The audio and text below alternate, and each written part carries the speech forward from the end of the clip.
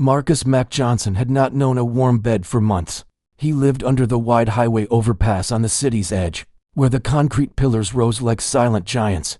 The sky at dawn painted pale stripes in the air, and Mac watched the soft light touch the girders and rusty beams above him. His small camp was neat, in its own way, a thin blanket spread over a few cardboard layers, a battered metal cup, and a plastic bag with a few canned goods and stale bread. Beside him lay a faded photograph of his wife, taken long before the troubles began, and a crumpled letter from his sister that he read whenever he felt far from home. Every day was a challenge. Mac woke early, before the hum of traffic filled the sky. He rose slowly, feeling the chill in his bones. The mornings in late spring were still cool under the concrete shade. His body ached from sleeping on hard ground, but he moved with steady calm. He cleaned his small area, stacking his few belongings as neatly as he could. He folded his blanket and carried his cup to the narrow strip of grass, where he washed it in a trickle of rainwater pooled by the curb. As he worked, he hummed a low tune his wife used to sing, letting the melody slow his heart. Mac was a veteran. He had served in the military years before, deployed overseas in dusty deserts and roaring conflicts. He knew discipline, order, and the weight of responsibility. He also knew loss. His marriage had fallen apart under the strain of secrets he never spoke of, and the city had grown around him, faster than he could grow with it. Jobs required an address. Landlords wanted proof of income. He had no papers left after a counselor misplaced them. He had no one to call when he lost his last few dollars. So he came to this quiet spot under the overpass, where the wind whispered in the steel beams and the small openings let in slivers of sunlight. A few blocks away, Colonel Andrew Drew Harris drove his black SUV down the wide boulevard. He was high up in his career, recently promoted to commander of a special operations unit known as Delta Force. He carried a calm presence and a sharp mind. His uniform was pressed and his medals shone quietly on his chest. On this morning, he was off duty, driving to visit his wife and children who lived on the other side of town. He had taken a rare afternoon off, and his thoughts were on the laughter of his daughter and the smell of pancakes his wife made so well. As Harris drove under the same overpass where Mac lived, he glanced to his right. He noticed the man moving about in its shadow. Something in the man's posture caught his eye, a soldier's habit of neatness, of careful steps. He remembered his own early days in uniform, moving quietly at dawn, alert to each sound. For a moment, he slowed his SUV and watched. The man under the overpass picked up a flattened box, shook it free of dirt, and leaned against a concrete pillar to cut it with a small, bright kitchen knife.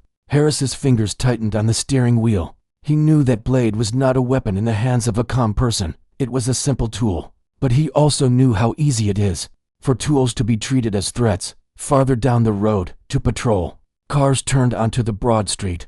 Officers Rivera and Clark sat inside one, lights off, radio silent. They had been on duty all night, handling calls about broken streetlights, petty theft, and a few fights in bars.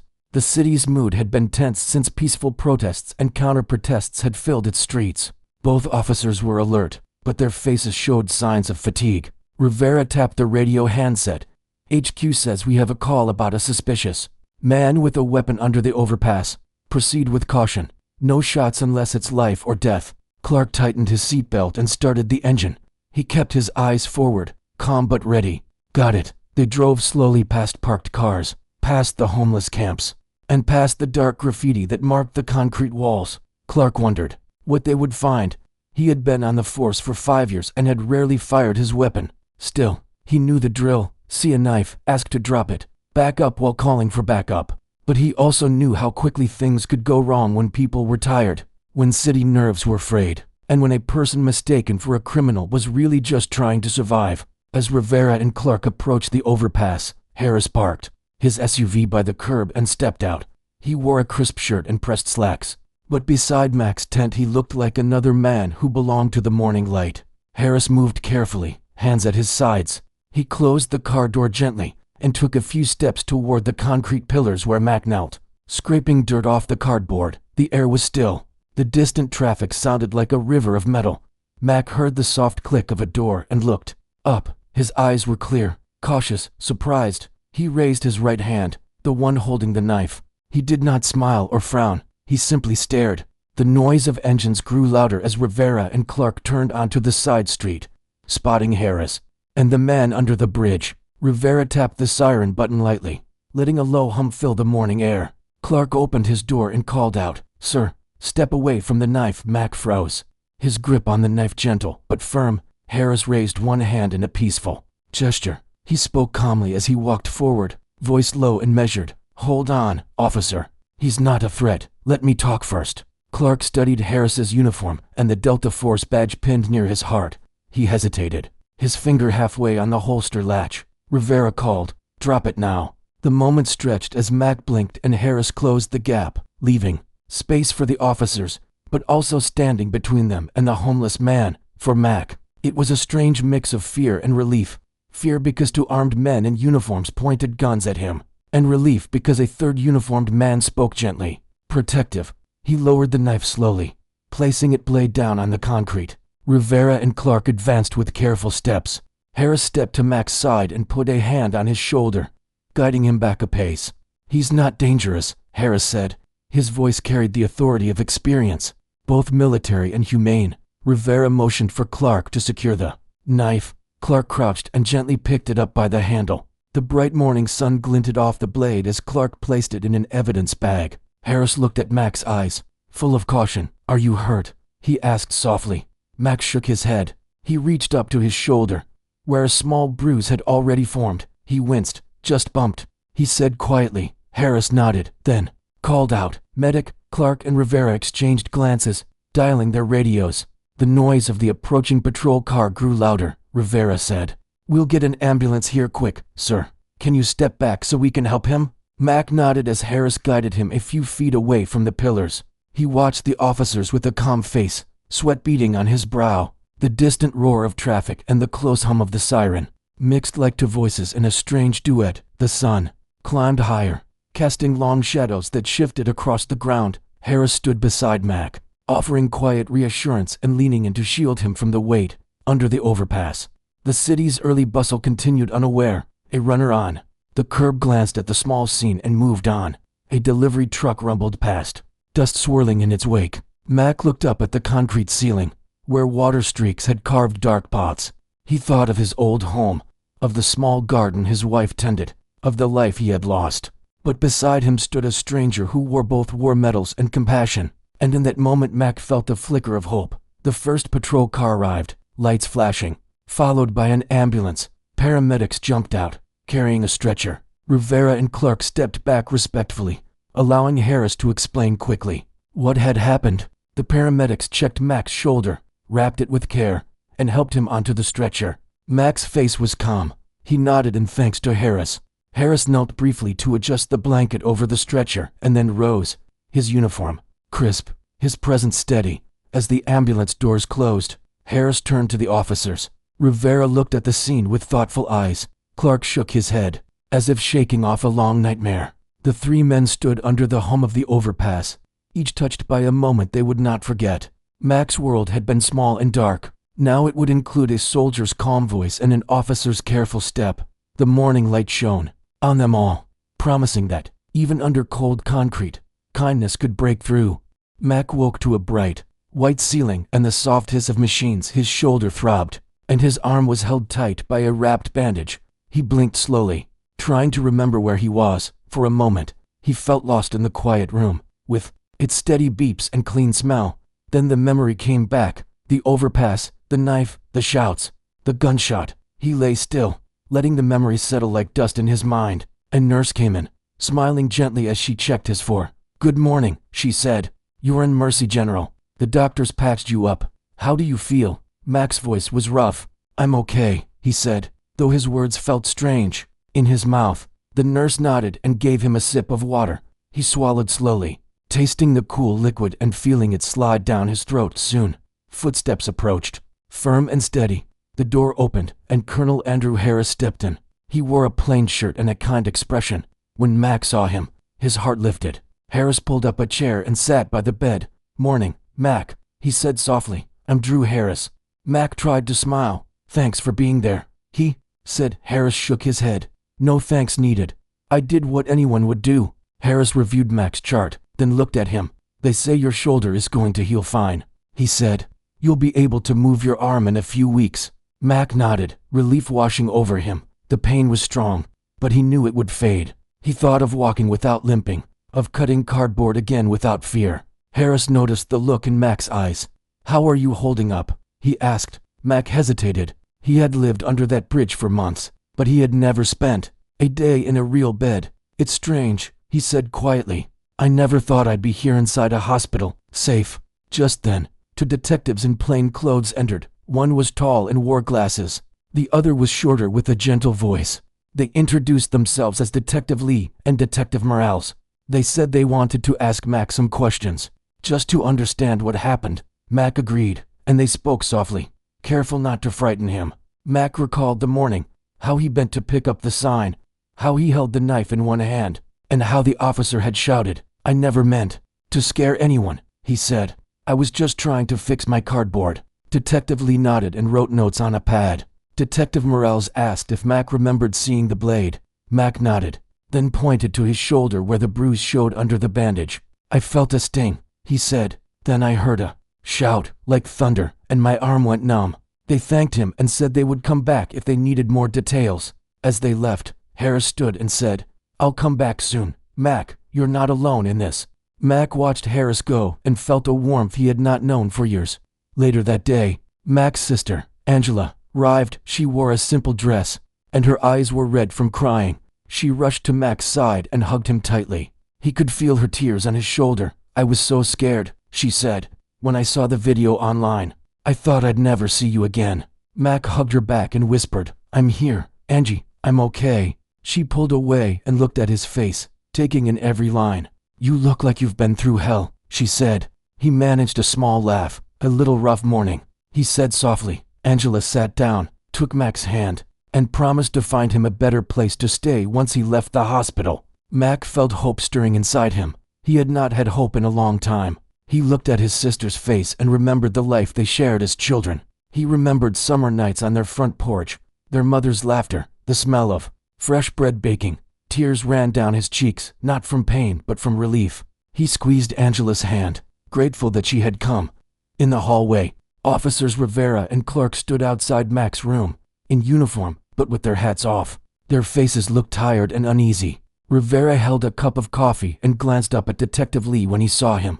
The door opened, and Lee motioned them in. They stepped inside, careful and respectful. Mac saw them through a glass window and felt a mix of fear and curiosity. They were the ones who had shot him. Would they say sorry? Would they try to explain? Detective Lee introduced the officers and said, "They want to apologize in person." Rivera stepped forward. His voice was low. "Mac, I'm sorry," he said. "I acted too fast. Assumed the worst." Mac's heart fluttered. He had expected anger, blame, or worse, but Rivera's eyes were sincere. Clark spoke next. "I should have waited. I'm sorry I hurt you." He sounded ashamed. Mac took a deep breath. He had a choice, hold onto anger or accept their apology. He chose the latter. "Thank you," he said quietly. "I know you have a hard job. I'm okay." Rivera and Clark bowed their heads and left. As the door closed, Mac realized he had forgiven them. The act of forgiveness felt like a weight lifting from his chest. He turned to Angela and told her what happened. She nodded, understanding how much that moment meant to him. That evening, Harris returned. He had arranged for a social worker, named Miss Patel, to visit Mac. She sat with them, asking Mac about his needs. She talked about housing programs and job training. Mac listened, nodding. As she explained options, Harris watched them with satisfaction. He had served in wars to protect people, and now he saw how he could protect them at home through simple kindness. Ms. Patel promised to find Mac a bed in a shelter and help him get back on his feet. Mac felt tears of joy. He clasped his hands together and said, "Thank you." Over the next days, Mac grew stronger. He ate hospital food simple, but warm, and followed the nurse's orders to move his arm gently. Harris visited often, bringing books about gardening, since Mac said he missed the green life. They talked about plants, about soil, and about rebuilding. Mac told Harris about his dream of growing tomatoes again someday. Harris laughed and said, "I'll come visit your garden." Meanwhile, the video of the shooting spread across social media. People debated what had happened. Some praised Harris's quick thinking. Others criticized the police department for rushing to judgment. The city council called for a hearing. Rivera and Clark faced questions about rules of engagement. Harris was asked to give his account. He wrote a detailed report, sticking to the facts, the wind blowing the sign, Mac's startled reaction, the single shot, and his own intervention. His words carried weight, and soon the department opened a formal investigation. One morning, a reporter knocked on Mac's hospital room door. She had a notebook and a gentle voice. Harris told her she could talk to Mac if he was ready. Mac looked at Angela and Harris. He thought about his story, how he almost died under that bridge, how a soldier saved him. He realized his story could help others who felt invisible on the streets. He agreed to the interview. The reporter asked simple questions about his life, his service, and the shooting. Mac spoke with honesty and calm. He described the fear he felt, the pain in his shoulder, and the kindness he received. He said he forgave the officers and thanked Harris for saving him. The reporter wrote it down, and the story appeared online with a photograph of Mac smiling weakly in his hospital bed, Harris standing behind him. The headline read, "Homeless Veteran Shot, Saved by Soldier." That morning, Mac felt proud. He had never thought his life would matter to so many people. Messages poured in, offers of help, words of encouragement, and calls for better care for homeless veterans. A local charity reached out, offering to pay for his medical bills and find him temporary housing. Mac's phone buzzed constantly, and for the first time in a long while, he felt connected. As his hospital stay came to an end, Ms. Patel finalized arrangements for Mac to move into a small studio apartment provided by a veteran support program. It was modest, but it had a real bed, a kitchen, and a window where he could grow plants. On his last morning in the hospital, Harris and Angela helped him pack his few belongings. Mac folded his blanket and took one last look at the sterile room. He saw his sister's proud smile, Harris's steady presence, and Miss Patel waving goodbye. Mac wheeled his suitcase down the quiet corridor, past rooms filled with resting patients. He passed Rivera and Clark in the hall. They stood at attention, hats in hand. Mac raised his empty hand in greeting. Rivera tapped his heart. Clark nodded. No words were needed. Their respect shone in their eyes. When Mac stepped outside, the sun was bright and warm. He felt the breeze on his face and smelled fresh grass nearby. Harris handed him a small potted tomato plant. "For your new home," Harris said. Mac accepted it with tears in his eyes. He hugged Harris and Angela. "Thank you," he whispered. As they walked to the car, Mac looked at the overpass above. It no longer felt like a place of fear. It felt like part of his journey, where he fell and where he was lifted. He took a deep breath and stepped forward, carrying hope in his heart and a plant in his hand. The road ahead was new, but Mac knew he would not walk it alone. Mac settled into his new apartment with a mix of relief and nervous excitement. The room was small but warm, painted a soft cream color that reminded him of home. Light filtered through a single window, and on the windowsill sat the small tomato plant Colonel Harris had given him. Mac ran his fingers over its leaves and felt a spark of pride. This plant, like him, had been rescued from a hard place. Now, it would grow strong with care and sunshine. That afternoon, Mac heard a knock at the door. He opened it to find a volunteer from the Veteran Support Program, a gentle woman named Rosa. She carried a box of groceries and a stack of pamphlets. "Hello, Mac," she said with a bright smile. "I brought you some food and information about job training classes." Mac thanked her and invited her in. He placed the groceries on the small table, a loaf of whole wheat bread, fresh fruit, eggs, and a jar of peanut butter. It was the first time in months he had such wholesome food. He felt gratitude blossom inside him. Rosa sat down and began to explain the choices. "You can take computer classes at the community center," she said, pointing to a pamphlet. "Or you can learn plumbing or electrical work." Mac studied the pictures of smiling students in the classroom, hopeful faces ready to learn. He remembered his own training in the military, how he had learned skills quickly in tough times. He pointed to the plumbing course. "I like that," he said. "Let's sign up." Rosa nodded and wrote down his name. "Class starts next Monday. I'll bring you a schedule." Mac felt his chest expand with possibility. He could build a new life, step by step. Later that day, he received a call from Detective Lee. She invited him to the police department for a meeting about the shooting. Mac felt a twinge of nerves. He wondered if the meeting would be awkward or tense, but he remembered his choice to forgive the officers and to use his story to help others.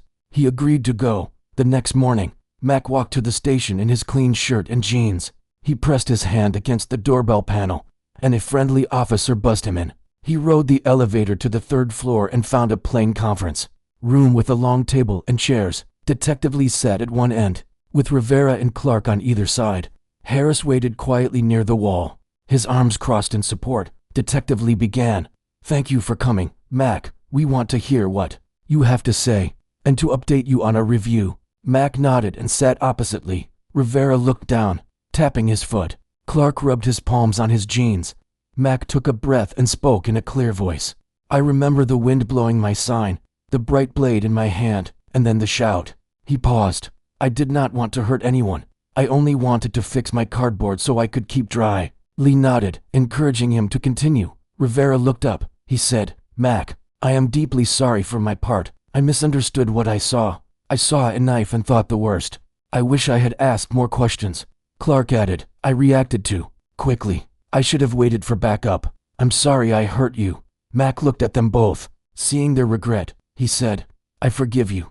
I know you face danger every day." The room felt heavier with relief, as if a storm cloud had passed. Harris gave Mac a small nod, proud of his calm strength. Detective Lee cleared her throat. "Our findings show that procedure was not followed. We are retraining the officers on de-escalation and judgment. We are also working with the veteran outreach team to improve how we handle calls involving homeless or vulnerable people." Mac felt a sense of hope. He had seen change already, and now he would help shape it. After the meeting, Harris escorted Mac down the hall and out into the sunshine. "You did well today," Harris said. "Your voice matters." Mac looked up at him. "I could not have done it without you." Harris smiled. "You did it on your own."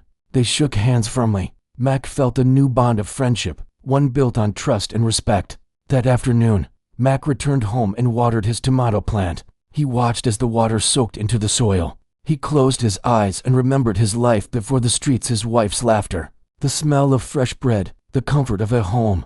He let himself feel the ache of loss for just a moment, then let it go. He had a new life now, one he would build with his own hands. The next week, Mac's days fell into a gentle rhythm. He attended plumbing classes at the community center. With 6 other students, he learned how to use a wrench, how to seal pipes, and how to read simple blueprints. His teacher, a patient man named Mr. Lewis, praised Mac's steady hands and clear mind. "You have a natural touch," he said. Mac felt pride when his pipe joint held firm without a leak. He thought of how he would use this skill to help others. In the evenings, Mac visited the Veteran Outreach Center under the overpass. Volunteers gave out hot meals and blankets. Mac volunteered to help, serving soup and handing out coats. Former strangers now greeted him with warmth. He felt part of a community again. One night, he saw a young man named Joel who reminded him of his younger self, lost and scared. Mac sat with Joel, shared his sandwich, and gave him a reassuring word. Joel's eyes brightened, and he said, "Thank you, you make me feel seen." Mac nodded, understanding the power of kindness. Meanwhile, the city council held a public hearing about police reforms. Videos of Mac's shooting and Harris's intervention played on a large screen. Harris spoke at the podium, describing the facts, the gust of wind, the man's calm reaction, the single shot, and the swift medical aid. He urged the council to adopt policies for de-escalation and to partner with social services for calls involving homelessness and mental health. The audience listened in respectful silence. When he finished, they applauded. Mac's name was mentioned as an example of the change community leaders could achieve. That night, Mac sat on a folding chair in his apartment. The tomato plant caught moonlight on its leaves. He thought of the overpass where he had almost died, and of the soldier who saved him. He thought of the officers who had hurt him and then listened to him. He thought of the new friends he had made and the skills he was learning. He felt a deep peace. His life had been torn apart, but he was piecing it back together with hope, service, and growth. Mac closed his eyes and whispered a small prayer of thanks. He knew the road ahead would have challenges, bills to pay, relationships to rebuild, memories to heal, but he also knew he had strength, support, and purpose. He imagined waking each day, tending his plant, going to class, and serving his community. He imagined a future where he could stand tall, help others, and feel at home in the world once more. And in that moment, Mac believed that the best parts of his life were still waiting to bloom. Mac woke early that morning to the gentle hum of his small heater and the pale glow of dawn. Through his apartment window, he stretched his arms carefully, remembering how stiff he had been in the hospital. Now, his shoulder moved almost freely, and he felt a quiet joy in that. He reached over to the windowsill and saw the tomato plant's new buds shining in the light. He whispered to it, "Grow strong," and smiled to himself. After a simple breakfast of toast and eggs, Mac dressed in a clean shirt and sturdy jeans. He carried his toolbox and locked his apartment door behind him. Today was important.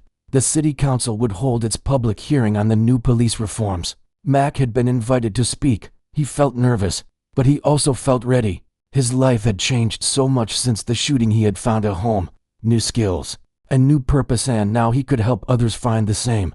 When Mac arrived at City Hall, the marble steps gleamed in the morning sun. He took a deep breath and climbed them, feeling the weight of his story in his hands. Inside, the grand hall was filled with people, council members, police officers, social workers, veterans, and citizens. Some held signs that read "Compassion Now" and "Safe Streets for All." Mac took a seat near the front, watching. The room buzzed with energy and hope. Colonel Harris entered next, wearing a simple jacket and looking every bit the calm leader Mac knew. Harris gave Mac a reassuring nod before taking his seat beside the other speakers. Mac felt a surge of confidence. If Harris believed in him, he could believe in himself. The hearing began with introductions and a few speeches about public safety. Then the council president called Mac's name. Mac stood slowly, gripping his notes in one hand and feeling his heart beat fast. He stepped to the podium and looked out at the crowd. He saw familiar faces: Detective Lee, Miss Patel, and even Officers Rivera and Clark seated near the back. He took a steadying breath and began. "Good morning," Mac said softly, his voice carrying on the hush of the hall. "My name is Marcus Johnson. I am a veteran and, until recently, a homeless man living under the highway overpass." He paused to let the words sink in. "One morning, I was fixing cardboard with a small knife when the police arrived. They saw the blade and thought I was a threat. One shot struck my shoulder." Mac felt the memory sharpen, but he pressed on. "I was lucky. Colonel Andrew Harris, himself a Delta Force commander, was driving by. He rushed to my side, calmed the officers, and saved my life. Without him, I might be dead." He looked at the council members. "But this should not have happened. No one should fear for their life when they try to survive. I forgive the officers, because I know they work hard and face danger. But we must change how we respond to people in crisis, whether they are homeless, veterans, or anyone who needs help." He spoke of the new training he had heard about, the de-escalation classes, and the partnerships with social services. "These steps will save lives and build trust," he said, voice steady with hope. When he finished, the room was silent for a heartbeat, and then applause rose like a wave. Mac let his shoulders relax, feeling gratitude rise in him. He nodded to Harris, who gave him a proud smile, and then returned to his seat. After Mac, other speakers shared their views. Social workers told personal stories. Police officers spoke of the need for support, and community leaders urged swift action. The hearing ended with the council voting unanimously to adopt the reforms. Cheers rang out, and people embraced one another. Mac felt tears prick his eyes as he stepped down from the podium, his heart swollen with pride and relief. Outside City Hall, the streets buzzed with conversation. Mac and Harris walked together, the morning light warm on their backs. Harris clapped Mac on the shoulder. "You did great," he said. Mac laughed softly. "I could not have done it without you." They stopped by a news reporter who asked for a few words. Mac spoke of hope and change. "We can build a city where everyone is safe," he said. The cameraman nodded, capturing Mac's calm confidence for the evening news. Back in his apartment, Mac checked on the tomato plant. The small bud had grown a tiny green leaf overnight. He watered it slowly, thinking of how growth takes time and care. He set the plant by the window and sat down at his small table to write in his journal. He wrote about the hearing, about speaking his truth, and about the kindness he had found. He ended with a note of thanks to everyone who helped him: his sister, the detectives, the social worker, and, especially, Colonel Harris. That afternoon, Mac headed to the Veteran Outreach Center under the overpass, the same place where he once sat alone. Now he came as a volunteer, carrying tools and supplies. He helped build a new wooden bench for veterans to sit and talk. He showed them pictures of his own apartment, of the plumbing class he attended, and of the tomato plant he nurtured. He spoke with a young veteran named Carlos, who had just returned from a tour overseas and was struggling with PTSD. Mac listened as Carlos shared his fears. Then Mac put a hand on his shoulder and said, "We'll find a way through this together." Carlos nodded, relief shining in his eyes. In the evening, Mac joined Detective Lee, and Miss Patel at a small dinner arranged by the support program. They sat around a simple table in Mac's apartment, sharing stories and laughter. Lee spoke of the new guidelines she was drafting, including regular meetings between police and social services. Patel spoke of housing grants becoming available. Mac felt the warmth of friendship in the room, people from different worlds, united by a shared goal. Later, Mac lay in his bed, the city noises soft in the distance. He thought of his journey, the decade he served his country, the loss of home and family, the fear under the bridge, the bullet that nearly ended his life, and the kindness that brought him back. He remembered the moment when Rivera and Clark apologized, and how forgiveness had lifted his spirit. He thought of speaking before the council and hearing applause for seeking justice with compassion. As he drifted toward sleep, Mac whispered a prayer for those still unseen, those still alone under that overpass or in other hard places. He asked for strength and courage for them, and for more people to step forward like Colonel Harris. Then he smiled and closed his eyes, holding on to hope. Weeks passed, and Mac's life continued to unfold in new ways. He completed plumbing school with high marks and landed a job with a local contractor who valued his steady work and calm wisdom. He moved into a slightly larger apartment that had room for more plants. He joined a veterans club that met weekly, sharing coffee and supporting one another. Each morning, he watered his growing tomato plants and sometimes shared the ripest fruit with neighbors. One crisp Sunday, the city held a ribbon-cutting ceremony at the renovated Outreach Center. Mac stood with Harris, Rivera, Clark, Detective Lee, and many volunteers. Mac's name was on a plaque dedicating the new community garden. He felt a warm pride as he cut the ribbon with ceremonial scissors. The crowd cheered, cameras flashed. In that moment, Mac saw the power of one life touched by many hands, turning despair into renewal. That night, Mac sat on the bench he helped build, gazing at the stars through the open space under the highway. He breathed in the cool air and felt content. He had found more than a home. He had found purpose, community, and a way to give back. The overpass no longer held his pain. It held the promise of new life, of gardens blooming, of friendships growing. Mac closed his eyes and let a single smile linger on his lips. He knew the journey was not over. There would be challenges ahead, days of doubt or sorrow. But he also knew that kindness, forgiveness, and courage could light the darkest places. And he believed, with all his heart, that no one would ever again face that world alone. Mac felt the morning sun warm his face as he stepped out onto the small porch of his new home. The smell of fresh earth rose from the community garden next door, where rows of vegetables and flowers now stretched under the highway overpass. It had been months since he had first arrived at Mercy General Hospital, and his life had changed in ways he could never have imagined. He took a deep breath and smiled, thinking of how far he had come. He made his way down the cracked sidewalk, toward the small plumbing office where he now worked. His toolbox was lighter than before, no longer cluttered with old cans and bits of cardboard, but neatly stocked with wrenches, seals, and new pipes. His foreman, Mr. Lewis, greeted him with a wave. "Good morning, Mac," he called. "Ready for the job today?" Mac nodded and followed him to the van. They drove to an old apartment building where a broken pipe had flooded the lower floor. Mac climbed out, stretched, and examined the damage. Cold water still dripped from the ceiling, and a damp smell hung in the air. He knelt, measured the pipe, and began to work. His hands moved with confidence, twisting the wrench, cutting the new section of pipe, fitting it into place. Within an hour, the leak was sealed, and the water stopped. The tenant, an elderly woman, came out to thank him. Her eyes shone with gratitude. "You're a lifesaver," she said. Mac helped her carry a small bag of groceries she had dropped in the flood. He told her it was his pleasure. As he walked away, he felt pride swell in his chest. After work, Mac stopped by the Outreach Center. He found Joel, the young man he had first helped, painting a new mural on the center's wall. The bright colors showed hands reaching out, a bridge arching across to rooftops. Joel looked up and grinned. "Hey, Mac, check this out." He pointed to a small figure in the corner of the painting, a man holding a plant and a wrench. "That's you," Joel said. Mac laughed, moved to inspect the painting, and felt touched that his story had inspired art. He ruffled Joel's hair and told him it looked great. Lunch was a picnic in the garden under the overpass. Volunteers and veterans sat on benches, sharing sandwiches.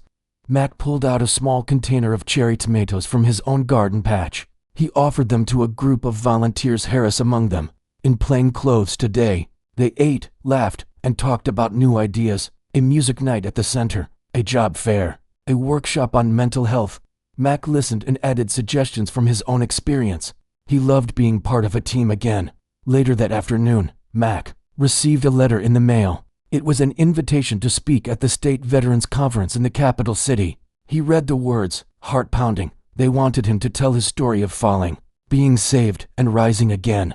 He thought of the first time he had stood before the city council, and of how his voice had changed minds. Kelly, the outreach director, found him holding the letter and grinned. "They want your story, Mac. You should go." Mac nodded, feeling both nervous and excited. He imagined standing on a big stage, thousands of ears listening. He knew he would do it. That evening, Mac sat at his kitchen table, the single bulb casting a warm light. He opened his journal and began to write his speech. He wrote of the morning under the bridge, of fear and pain, of the soldier who saw him and rushed to help, of the officers who apologized, of the kindness that followed, and of how a single plant had grown under his care and now symbolized new life. He ended with a message of hope, that every person deserves to be seen, heard, and helped. When he finished, he leaned back, heart full. He felt ready. The day of the conference arrived on a crisp autumn morning. Mac traveled with Harris, who smiled and told stories to calm his nerves. At the Grand Hall, Mac stepped onto the stage before a crowd of veterans, policy makers, and service leaders. The lights were bright, and the silence felt heavy. He looked at the sea of faces and felt his pulse quicken. Then he thought of the woman in the flooded apartment, of Joel and the mural, of the garden bursting with life. He took a steadying breath and began. "My name is Marcus Johnson," he said, voice clear. "I served my country, lost my home, and nearly lost my life. But I was saved by the kindness of a stranger and the courage to forgive." He told his story simply, in his own words, about a blade mistaken for a threat, and a bullet that stopped his world. He spoke of the soldier who saw a man, not a suspect, and of the officers who learned to see beyond fear. He described the garden under the bridge, where he planted tomatoes, and the community that had grown around it. He ended with this: "We all carry seeds of change. With courage and compassion, we can help each other grow." Silence fell for a long moment. Then the audience rose in applause so strong that Mac felt it in his bones. He stood there, tears in his eyes, and bowed his thanks. Off stage, Harris wrapped him in a firm hug. Mac felt joy rain down on him, a release of every doubt he had ever carried. In the weeks that followed, Mac's speech was shared widely online. He received letters from veterans in other states, from people who had struggled alone, and from families whose lives had been touched by similar moments of grace. He replied to each, offering encouragement and sharing resources. His story became more than his own. It became a hope for many. Back home, harvest time came to the garden under the overpass. Rows of tomatoes, peppers, and marigolds glowed red, orange, and gold. Mac and volunteers picked the ripe produce and delivered baskets to families in need. As he carried a crate of cherry tomatoes to an elderly neighbor, he remembered how he once froze under that bridge, shivering and afraid. Now he was a giver of warmth and food. One evening, as the sun slid low, Mac and Harris sat on a bench in the garden. The bridge's concrete pillars were bathed in golden light. Harris looked at Mac and said, "You changed this place, Marcus. You changed yourself and you showed the world how to heal." Mac smiled, his eyes bright. "I only did my part, but it was the kindness of many that made it real." Harris nodded and handed him a small framed photo. Mac's first planting of the tomato, a single sprout breaking through the soil. Beneath it was inscribed, "From seed to harvest." With hope, Mac placed the frame on his kitchen shelf, a reminder of his journey. That winter, the city honored Mac with a special award for community service. He stood on the stage at City Hall once more, dressed in a simple suit, and accepted the medal from the mayor. In his speech, he spoke of the power of small acts, a hand extended, an apology offered, a plant nurtured.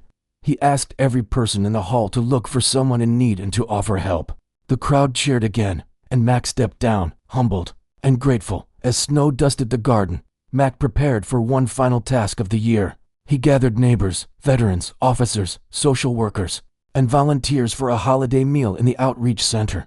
Long tables ran under the bridge, covered with blankets and lanterns. Everyone brought a dish: soup, bread, cookies, and pies. Mac stood at the head of the table and looked at the circle of faces.